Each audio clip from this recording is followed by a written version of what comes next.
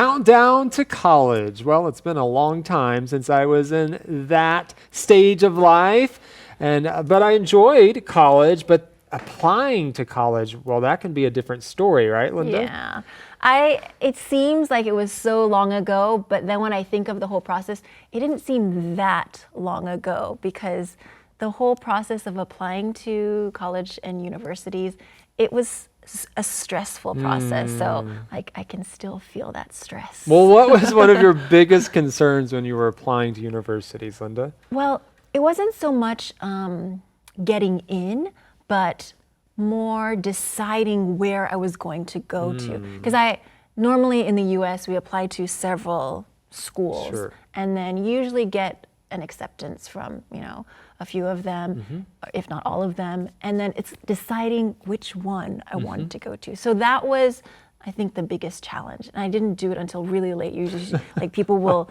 give their answer right away. Yeah. And I waited until like the last week to Right, like, and made a decide. decision. Wow, Yeah. that's a lot of pressure, right? And they talk about in this article, Linda, these different descriptors, right, that are mentioned.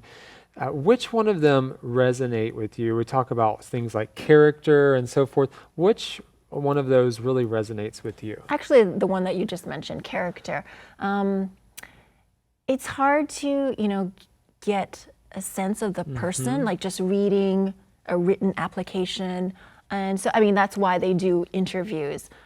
But trying to, convey your personality or your individuality to the person who's assessing your application, that's very important. Yeah, you want to stand out. Yes, it's important. Exactly, because they're getting so many applications, and a lot of these students probably are at the same level or have gotten similar test scores, so maybe you're about the same academic level, so you need something to make you stand out.